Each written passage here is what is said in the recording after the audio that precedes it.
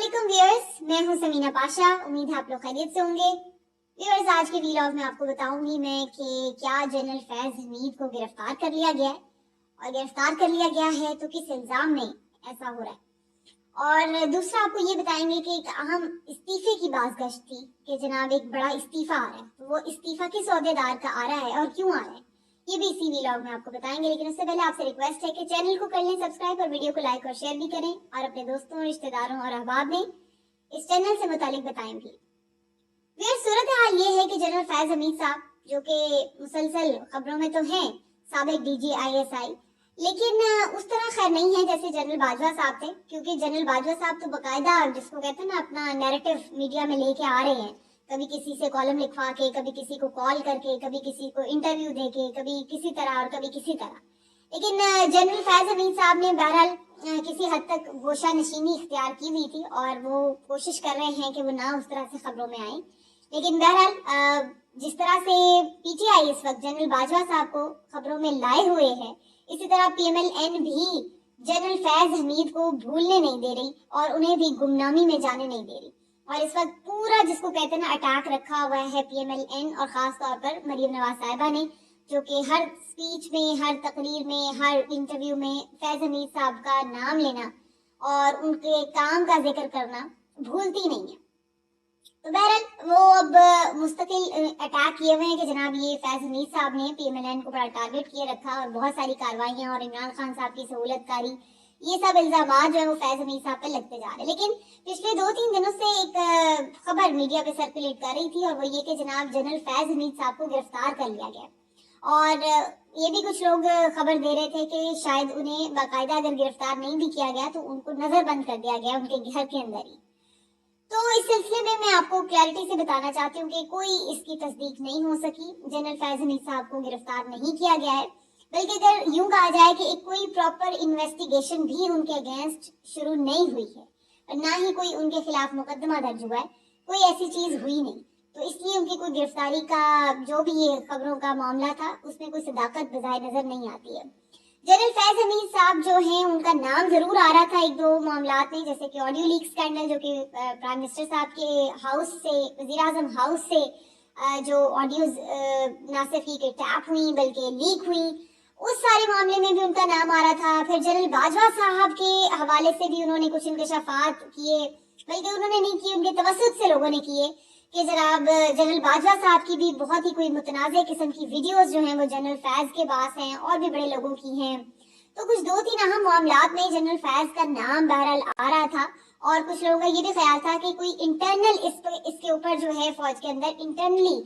कोई इन्वेस्टिगेशन शायद शुरू हुई है, कोई इंक्वायरी बिछाई गई है, लेकिन इसकी तस्दीक नहीं हो सकी। और दूसरी एक अहम बात यह है सिलसिले में कि अगर कोई ये एक्सपेक्ट कर रहा है कि उसको कोई ऐसे विजुअल्स मिलेंगे कि जनाब जनरल फैज हमीद साहब को कोई गिरफ्तारी करके और लेके जा रहे हैं और इस तरह, तो ये तो होने से रहा। उसकी वजह ये कि आपको मालूम है कि फौज एक मुनज़्ज़म इदारा है, एक प्रोफेशनल उनका अपना सारा एक्ट है, और उसी के तहत वो सारा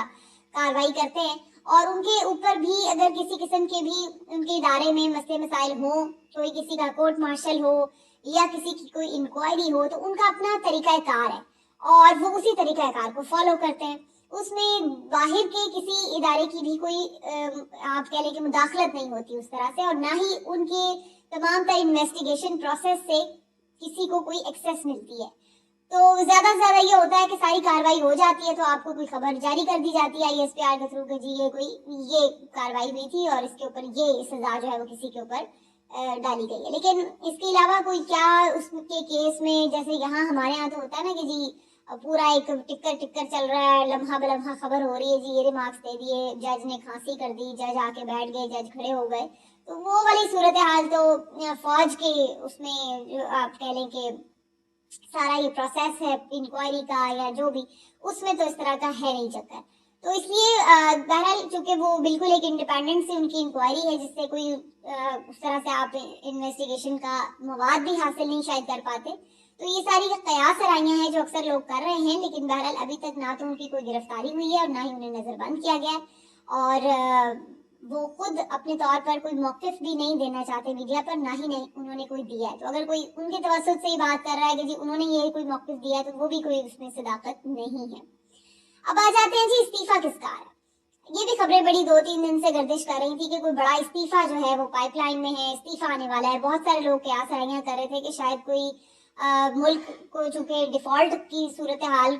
کا سامنا ہے اس وقت اور اس کا ذمہ دار لوگ اسحاق ڈار صاحب کو ٹھہرا رہے ہیں، تو لوگ سمجھ رہے تھے کہ شاید ان کو کوئی استعفیٰ ان سے طلب کر لیا گیا ہے یا وہ استعفیٰ دینے والے ہیں. تو بھائی بالکل بھی آپ اس طرح کی کسی چیز، اس طرح کی کسی خوش فہمی میں مبتلا نہ ہوں. پاکستان الحمدللہ ثم الحمدللہ وہ ملک ہی نہیں ہے کہ جہاں پر غیرت کھا کے لوگ استعفے دے دیں، جہاں پہ اخلاقی طور پر لوگ یہ سوچیں کہ یار یہ ہماری ذمہ داری تھی، ہم پوری نہیں کر پائے، ہم افسوس ہمیں ہوا، ہم شرمندہ ہیں اور ہم استعفیٰ دے رہے ہیں. یہاں پہ تو ماشاءاللہ لوگوں میں وہ خمیر ہی نہیں ہے نا اس قسم کا. یہ تو جو وہ غیر مہذب لوگ ہیں باہر کے، وہ ہوتے ہیں اس طرح کے لوگ کہ جن کو لگ رہا ہو کہ یار ہم پرفارم نہیں کر پا رہے تو چلو جی ہم استعفیٰ دے دیں، کسی اور کو موقع دے دیں. اس طرح کی الحمدللہ ہمارے یہاں تو کوئی روایت ہو ہی نہیں سکتی، کبھی 75 سال میں نہیں ہے ایسی کوئی روایت. تو بالکل آپ ایسی کسی خوش فہمی کا شکار نہ ہو. اسحاق ڈار صاحب جو ہیں وہ آپ کا چمر نکال دیں، آپ کی ہڈیوں کا رس نکال کے بے شک IMF کو دے دیں، کچھ بھی کر لیں، لیکن وہ کبھی بھی وہ یہ نہیں کہیں گے کہ وہ استعفیٰ دے کے چلے جائیں، ناکامی تسلیم کر لیں، یہ کبھی نہیں ہوگا. تو بہرحال استعفیٰ ان کا نہیں آ رہا، استعفیٰ آ رہا ہے جناب. جو استعفیٰ آنے کی جو خبریں تھیں وہ آ رہا تھا استعفیٰ چیئرمین نیب جو موجود ہے آفتاب سلطان صاحب کا. اور آفتاب سلطان صاحب جو ہیں وہ آپ کو معلوم ہے کہ IB کے سابق سربراہ تھے اور بہرحال وہی پروفیشنل آدمی تھے. اور جب ان کو یہاں پہ اپوائنٹ بھی کیا گیا تھا تو لوگوں کا خیال یہ تھا کہ یہ اس طرح سے کٹ پتلی کے طور پر جس کو کہتے ہیں نا کہ ایک ایکٹ کرتے پھریں گے، اس طرح والا ان کی شہرت ہے نہیں ہے. اور اب یہ خبریں آ رہی تھی کہ حکومت نے کوشش کی ہے کہ ان کو استعمال کیا جائے اور اسی طرح سے نیب کے ادارے کو آرم ٹوسٹنگ کے لیے اور لوگوں کو سیاسی طور پر تنگ کرنے کے لیے، سیاسی مقدمات بنانے کے لیے جو ہے وہ استعمال کیا جا سکے. تو وہ پھر سے کوشش یہ تھی کہ اپنا اثر و رسوخ استعمال کر کے ان کو مجبور کیا جا رہا تھا کہ جناب PTI کے جو رہنما ہیں ان کے اگینسٹ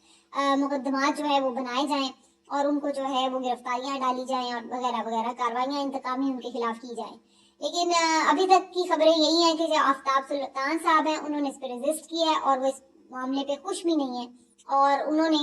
یہ وہ سوچا ہے کہ وہ شاید اس پہ ریزائن نہ کرتے. اب 2 چیزیں ہو سکتی ہیں، یا تو وہ خود ہی تنگ آ کے ریزائن کر دیں اور یہ بھی ہو سکتا ہے کہ ان سے ریزگنیشن لے لیا جائے کہ بھائی اگر آپ نے بات نہیں مانی تو پھر آپ ریزائن کر دیں. لیکن ابھی بہرحال یہ معاملہ فی الحال رک گیا ہے، نہ تو وہ ریزائن کر رہے ہیں نہ ان سے لیا جا رہا ہے، کیونکہ اس میں بنیادی طور پر چیزیں یہ ہیں کہ اب نیب خود بھی